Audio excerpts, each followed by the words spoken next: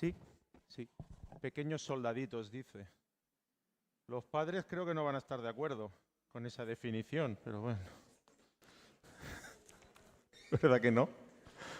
Más que pequeños soldaditos. Bueno, hermanos, bienvenidos a este día. Vamos a tener un tiempo de meditación en la palabra y os invito a abrir vuestras Biblias en la carta del apóstol Pablo a los Gálatas, capítulo 1. Y vamos a continuar con esta preciosa carta.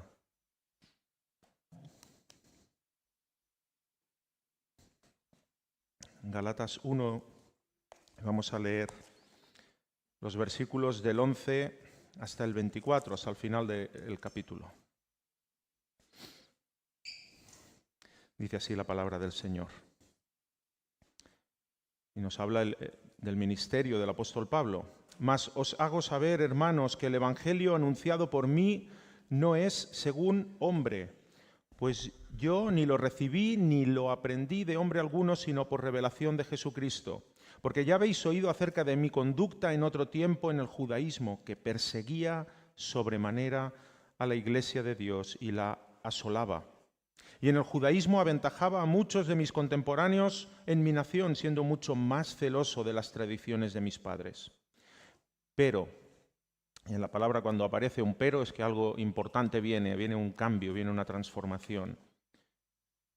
Pero cuando agradó a Dios, que me apartó desde el vientre de mi madre y me llamó por su gracia, revelar a su Hijo en mí, para que yo le predicase entre los gentiles, no consulté enseguida con carne y sangre, ni subí a Jerusalén a los que eran apóstoles antes que yo, sino que fui a Arabia y volví de nuevo a Damasco.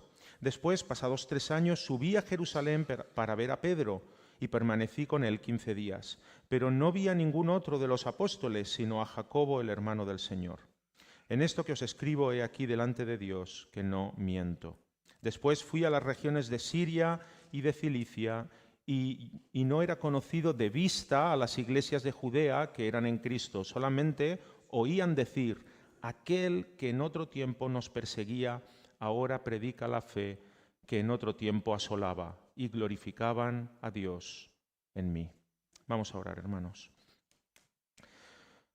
Padre Santo, nos presentamos ante ti con corazones humildes, Señor, y con la mente abierta también para que seas tú y tu Espíritu Santo el que nos ilumine, el que nos instruya y el que nos dé fuerzas también, Señor, para poder aplicar en nuestra vida tu voluntad y tu palabra. Te pedimos, Señor, que tú pongas palabras en mí, Señor, que no sea yo el que hable, sino tu Espíritu, Señor. Ayúdanos, Señor, a entender tu voluntad. Ayúdanos, Señor, a vivir en santidad delante de ti. Te lo pedimos en Cristo Jesús. Amén. En el mensaje anterior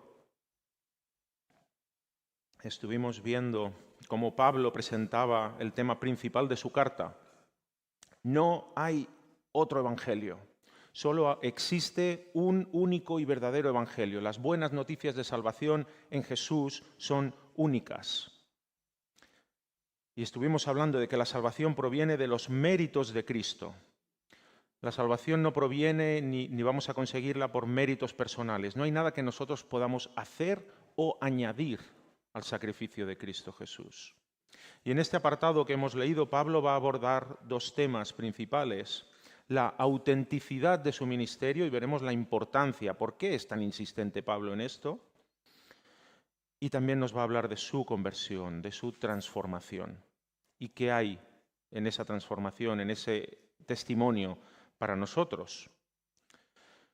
Primeramente, Pablo presenta su ministerio como un llamado genuino de parte de Dios. En los 2 primeros versículos que hemos leído lo vemos. Es decir, que el mensaje que va a presentar durante todo su ministerio y que va a quedar reflejado en sus cartas, en sus unas cuantas cartas, todo ese mensaje no le fue revelado ni le llegó por boca de otro hombre, sino de Jesucristo mismo.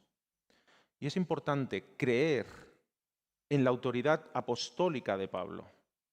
es vital para recibir las enseñanzas de sus escritos, de sus cartas, y por tanto es vital para aceptar la autoridad apostólica de las cartas que estamos estudiando. Hace poco estuvimos estudiando Efesios, que tiene un gran contenido doctrinal, y ahora estamos con Gálatas. Hoy en día se trivializa, y cuando hicimos la exposición de Efesios también hablamos de esto, se trivializa mucho el título de apóstol. Hoy día hay predicadores, pastores que se presentan como apóstoles, atribuyéndose a una autoridad que no les pertenece. Y eso es contrario, absolutamente contrario a la enseñanza bíblica. Pablo sabe que es muy importante defender su apostolado y la validez de su mensaje, el evangelio que va a quedar plasmado en sus cartas y que muchos estaban poniendo en entredicho y le rechazaban a él y por tanto a su mensaje.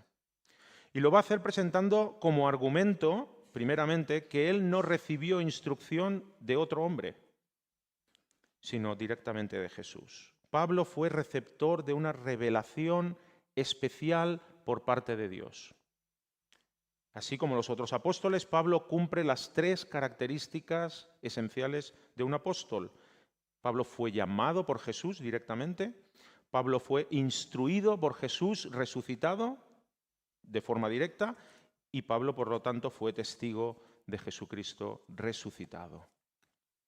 Y en el versículo 17 Pablo explica que él no tuvo necesidad de recibir enseñanza por parte de los otros apóstoles tampoco, ni de hombre alguno, ni siquiera de los apóstoles. Él fue llamado directamente por Jesús, él fue instruido directamente por Jesús. En aquel camino de Damasco, cuando él iba a buscar a cristianos, porque él era perseguidor de los cristianos, en aquel camino de Damasco Jesús se le presentó.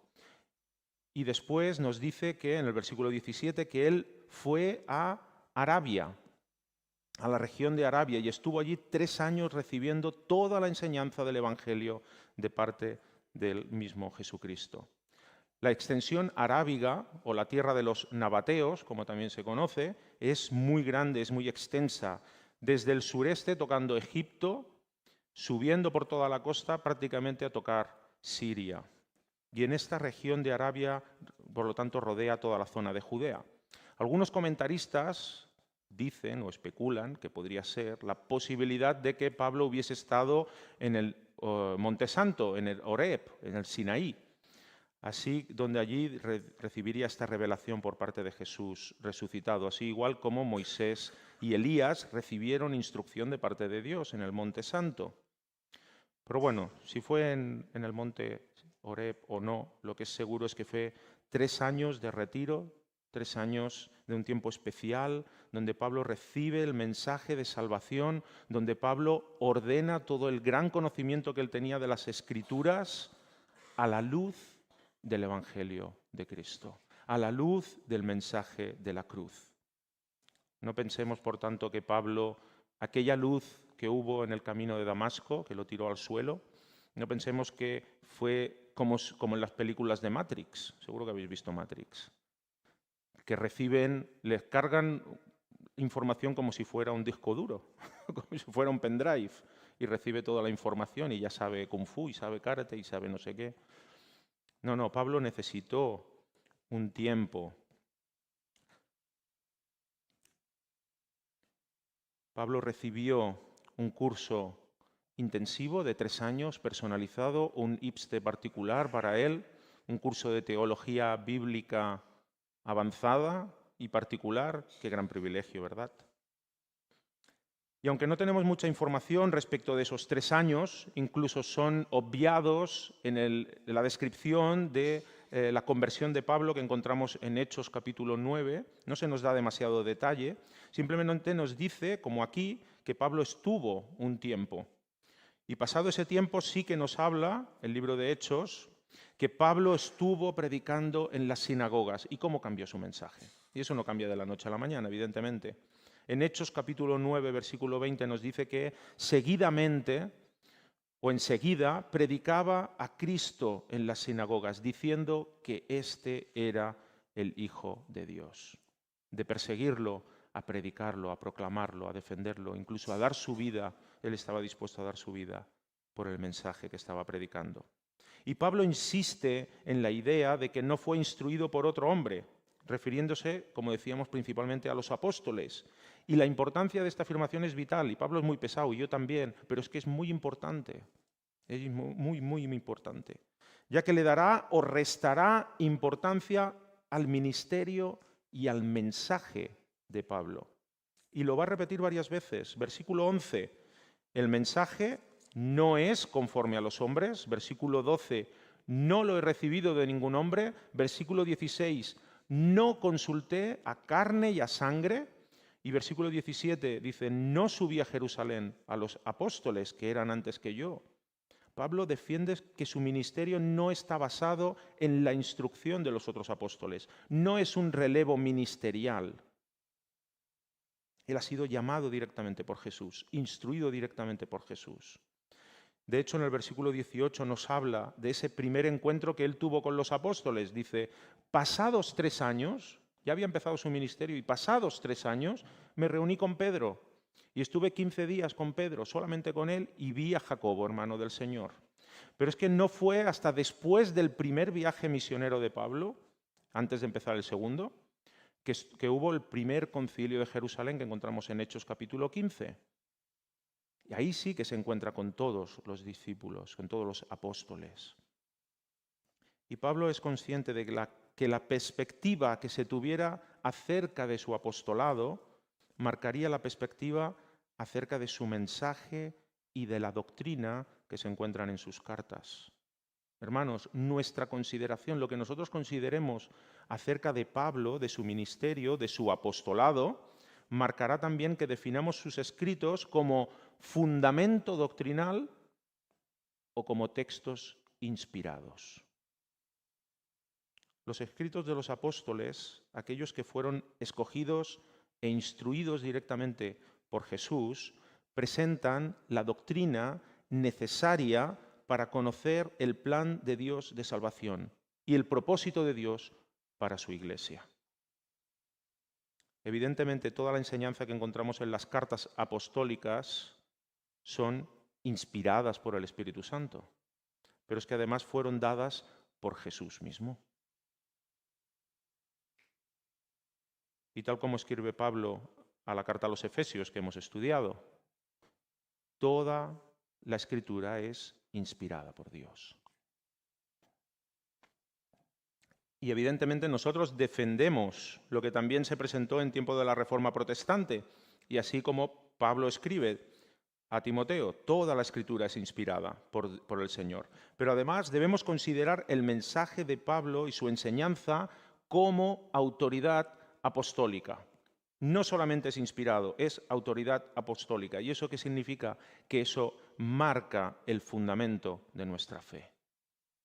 Aquella persona que no acepta las enseñanzas apostólicas no puede ser considerada hermana. No es un hermano, no es una hermana en la fe. ¿Y qué es? Por ejemplo, Efesios capítulo 2, versículo 8. Por gracia sois salvos por medio de la fe. Y esto no de vosotros, pues es don de Dios. No por obras, para que nadie se gloríe. Si nosotros no defendemos la autoridad apostólica, no podemos ser considerados parte de la Iglesia universal. Y a lo largo de esta carta veremos cómo Pablo se defiende ante aquellos que menospreciaban su ministerio. Pero no pensemos que lo hace por una cuestión de orgullo. Pablo no está defendiendo su orgullo. Desautorizar o menospreciar el mensaje de Pablo no es un ataque a la persona de Pablo, es un ataque al Evangelio del Señor Jesucristo. Le da o le quita autoridad. Y al explicar su testimonio, Pablo también nos presenta un tema vital, y es la necesidad de un cambio, una transformación que debe ser obra del Espíritu Santo. En los primeros versículos que hemos leído, Pablo nos está acercando a una realidad que seguramente muchos están experimentando hoy en día, y quizá tú te encuentras en ese momento, en esta situación. Toda la preparación, nos dice Pablo, todo el conocimiento, y él tenía mucho, él nos está diciendo que era aventajado en su generación, en su tiempo, con sus contemporáneos y sus conocidos, y él nos dice, dentro del judaísmo yo estaba aventajado, pero toda esa preparación y todo ese conocimiento no me servían para acercarme a Dios. No le servían para recibir el favor de Dios. No le servían para obtener la salvación. Humanamente él estaba muy por delante de los otros, en cuanto a conocimiento de la fe judía, en cuanto a tradiciones, pero su realidad espiritual era muy diferente. Como él mismo describe en sus cartas, él estaba muerto en delitos y pecados. Él estaba ajeno a la vida de Dios. Y hoy día también hay personas con una gran inquietud espiritual, y a lo mejor te encuentras en esa situación, que estudian la Biblia, que escuchan sermones, que escuchan conferencias y grandes predicadores, pero que nunca han tenido un encuentro personal con Jesús. Y por tanto siguen muertos en delitos y pecados. Todos necesitamos un encuentro personal con Jesús. Y evidentemente no será como el que tuvo Pablo. Si tienes un encuentro como el que tuvo Pablo, nos lo tendremos que hacer mirar, ¿eh? No será un encuentro como el de Pablo. Cuando hablamos de que necesitamos un encuentro con Jesús, nos referimos a que Dios abre nuestro entendimiento y nuestro corazón para que comprendamos. Y así también lo describe Pablo en el versículo 16. Él dice, cuando a Dios le agradó revelar a su Hijo en mí.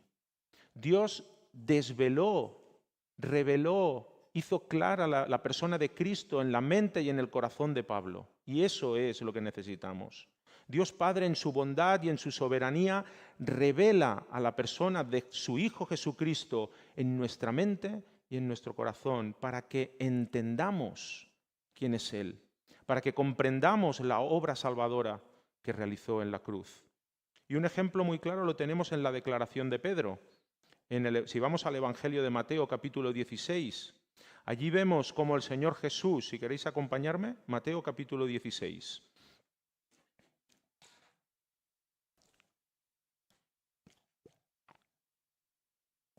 En esta ocasión, Jesús pregunta a sus discípulos, ¿qué dice la gente? Como si hicieran una encuesta. ¿Qué dice la gente? ¿Que soy yo? Y le dicen, bueno, algunos dicen que eres Juan el Bautista, otros, algunos de los profetas, como Elías o Jeremías. Diferentes opiniones, pero Jesús los confronta y les dice, ¿y vosotros? ¿Quién decís que soy yo? Y respondiendo Simón Pedro nos dice el pasaje, dijo Pedro, tú eres el Cristo, tú eres el Mesías, tú eres el ungido de Dios, el Hijo del Dios viviente. Entonces le respondió Jesús, bienaventurado eres Simón, hijo de Jonás, porque no te lo reveló carne ni sangre, sino mi Padre que está en los cielos. Y de igual forma Pablo comparte que su conocimiento del Evangelio de Jesucristo no lo adquirió por su gran capacidad intelectual, ni por sus estudios, sino por revelación de Dios, por voluntad de Dios. Él lo dice en el versículo 15. Me llamó por su gracia. Pablo fue llamado por la gracia del Señor. Queridos amigos y hermanos, no necesitamos estudiar teología, que está muy bien estudiar teología, para crecer en el conocimiento del Señor, pero no necesitamos estudiar teología para reconocer a Jesucristo como aquel que nos limpia de nuestros pecados y nos da una nueva vida. Eso lo hace el Espíritu Santo de Dios. Reconocer a Jesús como el Hijo eterno de Dios que limpia nuestra vida de pecado y nos da una nueva vida en Él, eso es obra del Espíritu Santo. Por eso dice el apóstol en el versículo 15, cuando agradó a Dios, no dependía de mí, cuando agradó al Señor en su soberanía. Por gracia y voluntad de Dios, aquel hombre que había perseguido a la iglesia fue transformado en un seguidor de Jesucristo. Esto me recuerda a esos artistas que a veces salen por internet y eso. Ves unos artistas que empiezan a dibujar y parece que están haciendo trazos aleatorios y están pintando y tú dices, no veo nada, no sé qué está haciendo. y de repente giran el cuadro y dices, ¡ay! Si es un retrato y es un cuadro maravilloso, pero antes no lo veías. Jesús dio un giro a la mente de Pablo, un giro absoluto. Todo lo que había estudiado de la ley de Moisés y de los profetas, Pablo lo tenía mal orientado. Todos sus conocimientos de las Escrituras no lo conducían a la persona de Cristo, porque lo estaba interpretando mal. Pero cuando Jesús se reveló a Pablo, todo adquirió un nuevo sentido para él. Y Pablo nos presenta en los versículos 13 y 14 cómo era su conducta antes de conocer a Jesús, antes de esa transformación. Él confiesa que su celo, era un hombre celoso, ¿pero de qué? ¿Qué nos dice? Versículo 14, siendo mucho más celoso, ¿de qué? ¿De la verdad de Dios? No, de las tradiciones de mis padres. Eso lo podemos traducir como fanatismo. Él era un fanático, religioso. Él seguía una religiosidad, pero lejos de Dios, absolutamente lejos. Y mientras vivió en el judaísmo, Pablo estuvo orgulloso de sus capacidades, de su formación como fariseo. Era un seguidor estricto de la ley, pero aún el celo por la ley y las tradiciones y su gran conocimiento de las Escrituras, él confiesa, yo era enemigo de Dios. Yo era enemigo de Dios, era contrario.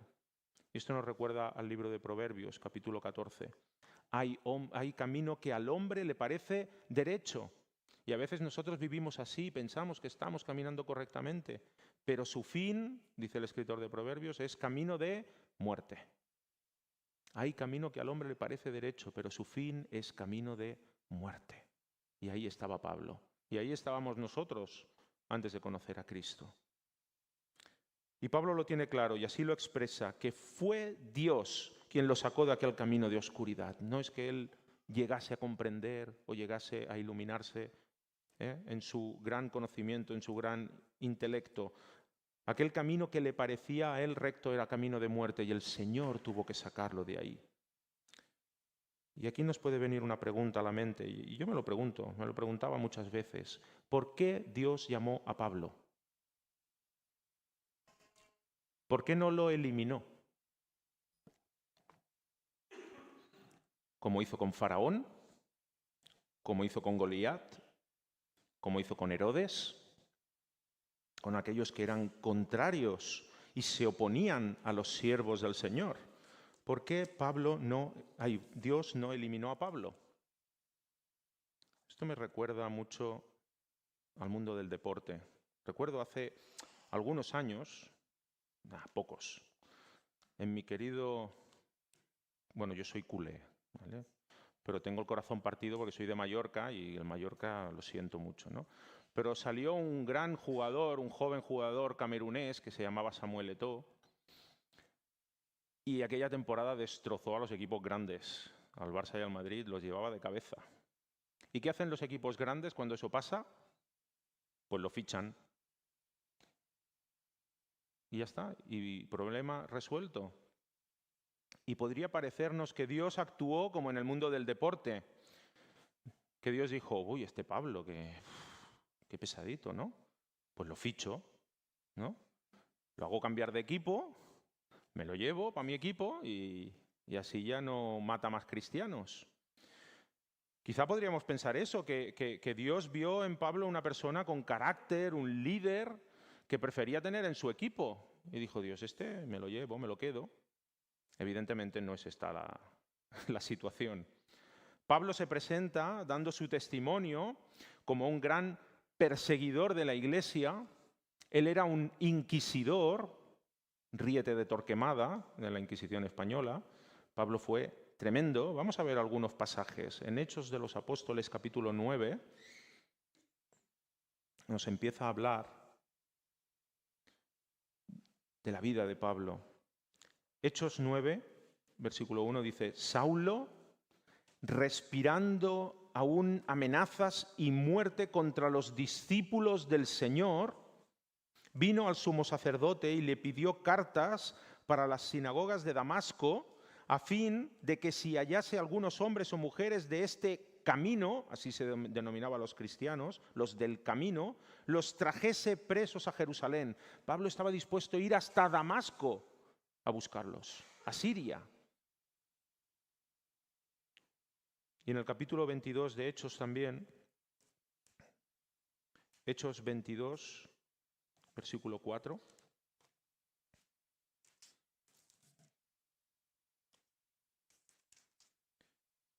Perseguía yo este camino con mayúsculas, como digo, es sinónimo de los cristianos, los seguidores de Cristo, perseguía yo este camino hasta la muerte, prendiendo y entregando en cárceles a hombres y mujeres. Y en el capítulo 26 de Hechos también, versículos del 9 al 11.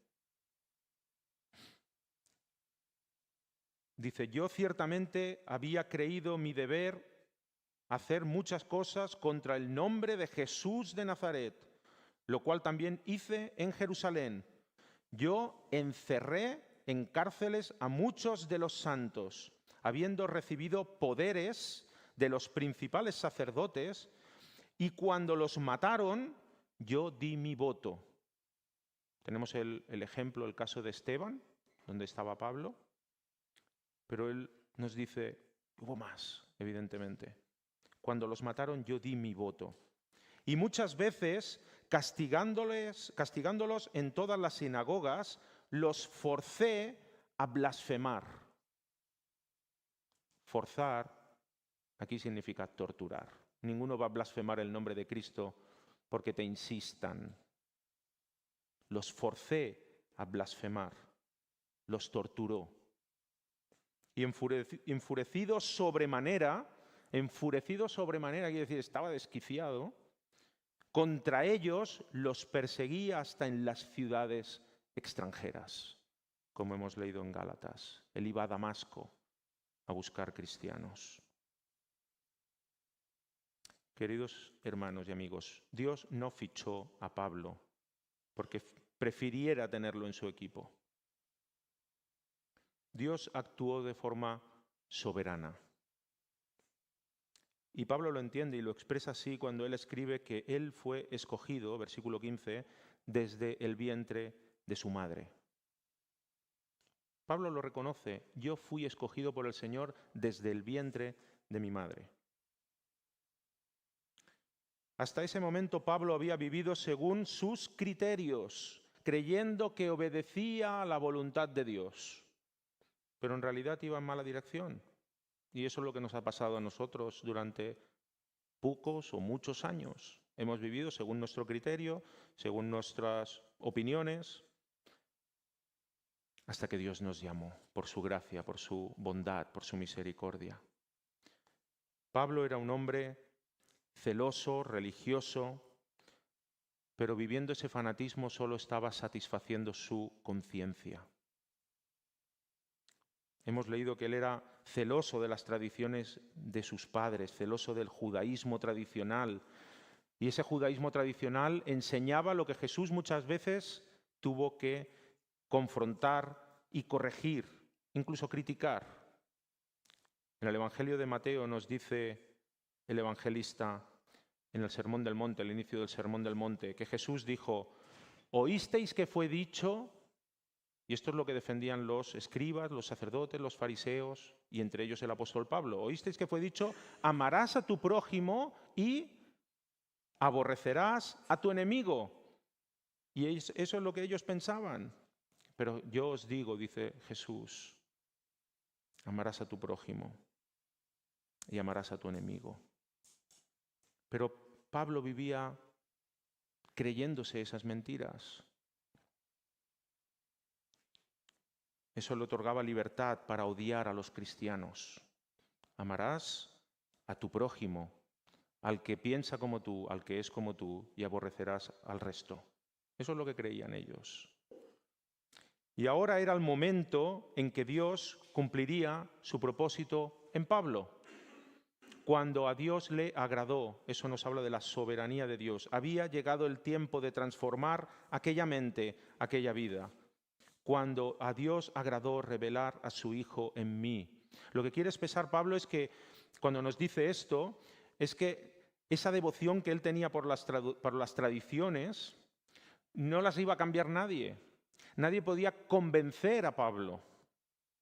Nadie podía persuadir a Pablo. Nadie lo iba a hacer cambiar de opinión. Nadie lo haría retroceder. Él creía eso, estaba convencido. Solamente la intervención divina podía transformar a esta persona del camino del legalismo al camino del Señor Jesucristo, al verdadero camino. Y Pablo nos muestra aquí cómo actúa la soberanía de Dios. Dios tiene poder para cambiar a las personas. Como decía Nicky Cruz, si Dios me cambia a mí, él fue un pandillero, asesino, mala vida, y él decía, si Dios puede cambiarme a mí, puede cambiar a cualquiera. Y de alguna manera Pablo nos está diciendo eso a través de su experiencia. Si Dios puede cambiarme a mí, el Señor me cambió. Yo era un asesino, torturador de cristianos, y el Señor me llamó y el Señor me transformó. Y Dios tiene poder para cambiar a las personas, incluso a Pablo. Tiene poder para transformar a sus enemigos en obreros fieles que amen su nombre y que estén dispuestos a dar su vida por el Evangelio. Aquel que había sido perseguidor de la iglesia ahora era un obrero fiel del Señor. Pero el hecho de haber perseguido a la iglesia del Señor fue un recuerdo amargo en la vida de Pablo.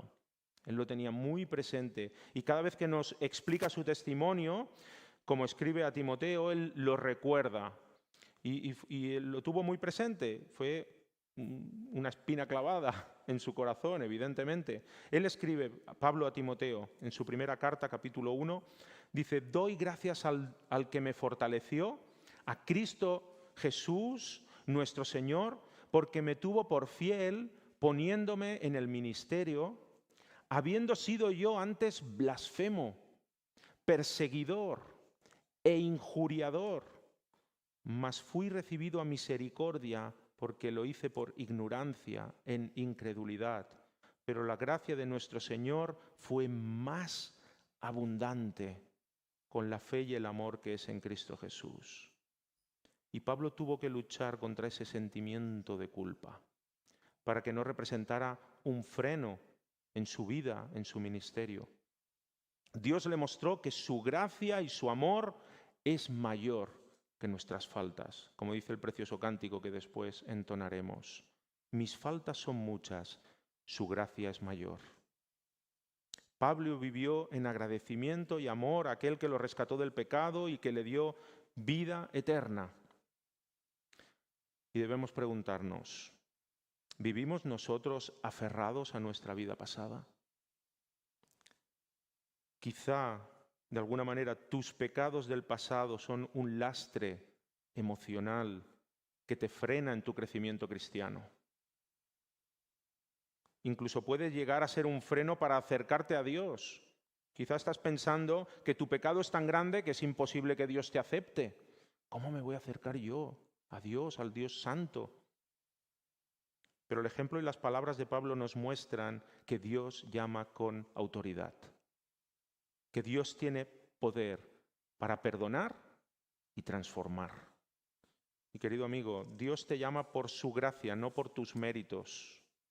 Quizá estás luchando contra el pecado, esperando ser una buena persona, y dices, bueno, cuando sea buena persona me acercaré a Dios para que me acepte, porque así como estoy no me va a aceptar. Pero es que el proceso es al revés. Debes entregarte a Cristo por sus méritos, por los méritos de Cristo, serás adoptado en la familia de Dios y después empezarás a luchar contra el pecado fortalecido con el poder del Espíritu Santo. Y Pablo sabía que él no era digno. Él había sido llamado siendo un perseguidor y un asesino. Cuando el Señor va a su encuentro en el camino de Damasco, Pablo no era un santo. Era un perseguidor y un asesino. Y Jesús se le presenta y le dice, Saulo, ¿por qué me persigues? Y Saulo le dice, ¿y tú quién eres, Señor? Dice, yo soy Jesús, a quien tú persigues. Y ahí le dio un nuevo propósito para su vida. Y nosotros sabemos que nosotros tampoco somos dignos de recibir la salvación. Pero ahí es donde se muestra la gracia de Dios. Siendo nosotros pecadores, estando en la condición de pecadores, Dios nos llama, Dios nos transforma, Dios nos da una nueva vida en el sacrificio y por los méritos de Cristo. Y la conversión de Pablo es un claro ejemplo de la autoridad soberana de Dios. ¿Y quién puede ir en contra de la voluntad de Dios? ¿Quién va a ir en contra? Este es el claro ejemplo que los reformadores llamaron la gracia irresistible. Y esto lo encontramos en uno de los puntos de los cánones de Dort y, como no, en la Confesión de Fe de Westminster, donde nos habla de la gracia de Dios que no salva en contra de la voluntad del individuo. Dios no va a forzar al individuo a creer, sino que ilumina nuestra mente, transforma nuestro corazón de un corazón de piedra a un corazón de carne, para que lleguemos a entender, para que lleguemos a comprender la persona de Cristo, para que le amemos y voluntariamente queramos acercarnos a Él. Es la gracia irresistible de Dios que llama y transforma. Y Pablo entendió y experimentó a través de esa revelación divina que él había sido escogido, no por sus capacidades, no por su celo, sino por la gracia del Señor, sin ningún mérito personal. Y aquí Pablo nos hace una comparación en el versículo 15 también con el profeta Jeremías, escogido desde el vientre de mi madre. Y como el Señor dijo a Jeremías cuando Jeremías se presenta y dice, yo soy inmaduro, yo soy indigno, yo soy muy jovencito, yo no... Y el Señor le dice a Jeremías, no digas, soy un niño. Eso no es una excusa para obedecer mi voz, porque a todo lo que te envíe irás tú y dirás todo lo que te mande. Obediencia, hermanos, obediencia a la voz del Señor. Y Pablo también expresa que se siente indigno, pero se muestra obediente al llamado del Señor, a la voluntad del Señor, a predicar a los gentiles. Y él lo dice en su conversión, en Hechos 22, dice, pero me dijo el Señor, ve porque yo te enviaré lejos a los gentiles. Y ahí tenemos esos maravillosos y preciosos viajes de Pablo y todas las cartas que escribió a las diferentes iglesias a lo largo de su ministerio. Y como creyentes debemos preguntarnos, ¿cómo respondemos nosotros al llamado del Señor? ¿Cómo respondes? ¿Cómo obedeces a la voz de Dios? Alguien dijo muy acertadamente que si quieres oír a Dios, lee la Biblia. Pero si quieres oír la voz de Dios de una forma audible, léela en voz alta. Es suficiente. Y muchos viven esperando saber el propósito de Dios para su vida. Estoy esperando que Dios me llame y que me diga cuál es el propósito para mi vida. Querido hermano, querido amigo, no hace falta esperar una voz audible desde el cielo, como Pablo en el camino a Damasco, o tener una revelación especial o sobrenatural para conocer el propósito de Dios para nuestra vida. La instrucción que necesitamos ya ha sido dada. Aquí está el propósito de Dios para tu vida. Primera de Pedro 2:9. Mas vosotros sois linaje escogido, real sacerdocio, nación santa, pueblo adquirido por Dios. ¿Para qué?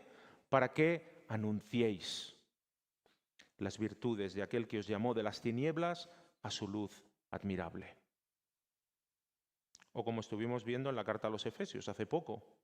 En él asimismo tuvimos herencia, habiendo sido predestinados conforme al propósito del que hace todas las cosas según el designio de su voluntad, a fin de que seamos para alabanza de su gloria.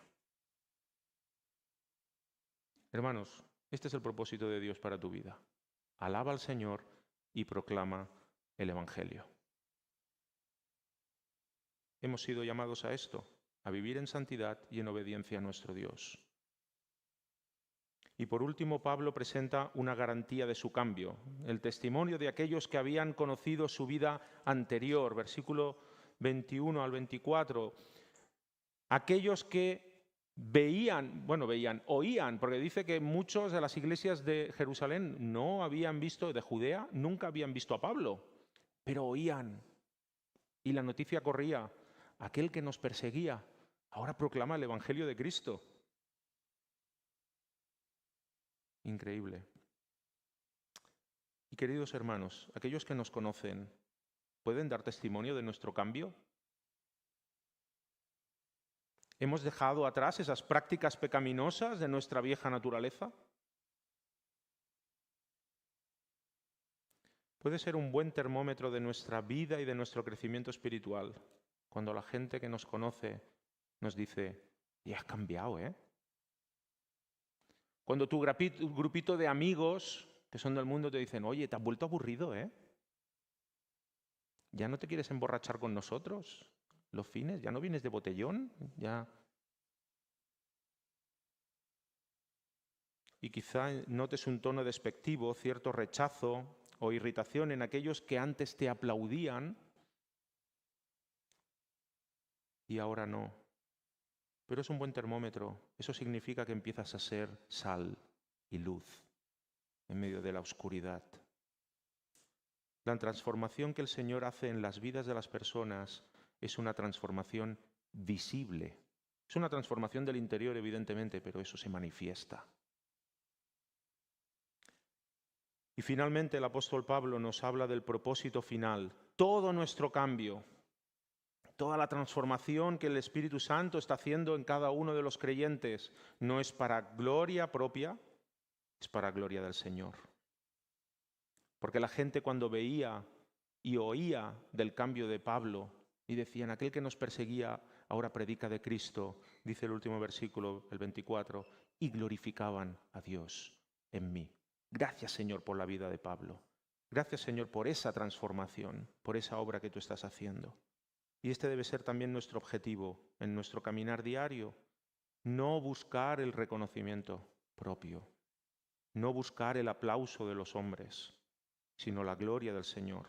Debemos reconocer al Señor en todo lo que hacemos, en nuestro caminar, en nuestra transformación. Los cambios que se están dando en nuestra vida son para su gloria. Nuestras victorias son la obra del Espíritu en nosotros también. Por lo tanto, que el Señor cumpla su propósito en nosotros. Amén. Amén. Que toda la gloria sea para Él.